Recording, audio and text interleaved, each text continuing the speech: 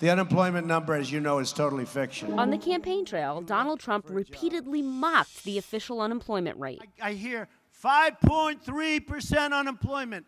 That is the biggest joke there is. Don't believe those phony numbers when you hear 4.9 and 5% unemployment.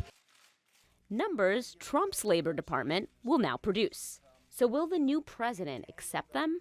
I think for too often in Washington, we get our heads wrapped around a number and a statistic. At a White House briefing, Press Secretary Sean Spicer sidestepped a question about the unemployment rate. Really simple.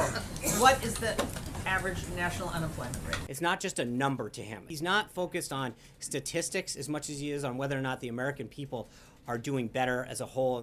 Andy Puzder, Trump's would-be labor secretary, has written several op-eds in recent years, blasting the number. He says it fails to count people who have given up looking for work or work part-time but would like more.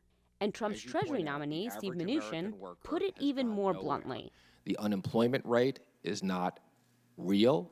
That skepticism has some economists worried. That's a false statement. The numbers are real. They are there. They paint a very different impression from the one that the Trump administration is trying to portray. Well, I don't like it when people suggest that somehow the government statistics on which people like the Federal Reserve and businesses base their decisions aren't accurate. Since 1940, the Bureau of Labor Statistics has used the same methodology to calculate the unemployment rate.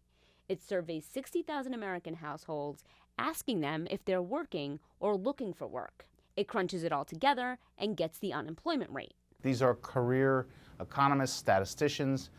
They are spending their time trying to devise better ways to measure the truth of the American labor market.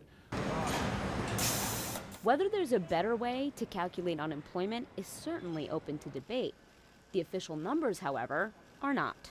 White House economic teams have always used them to inform the president of the state of the economy and, when necessary, spur action. So I think any notion that they're not legitimate undermines their use in that purpose. When you don't use accurate numbers, when you don't cite accurate numbers, it muddies the water. It makes it much less clear to the public what's really going on. It sows misinformation and disinformation. Disinformation like this. The 5% figure is one of the biggest hoaxes in American modern politics. The question now is, if the Trump administration doesn't trust its own labor statistics, how can the American public?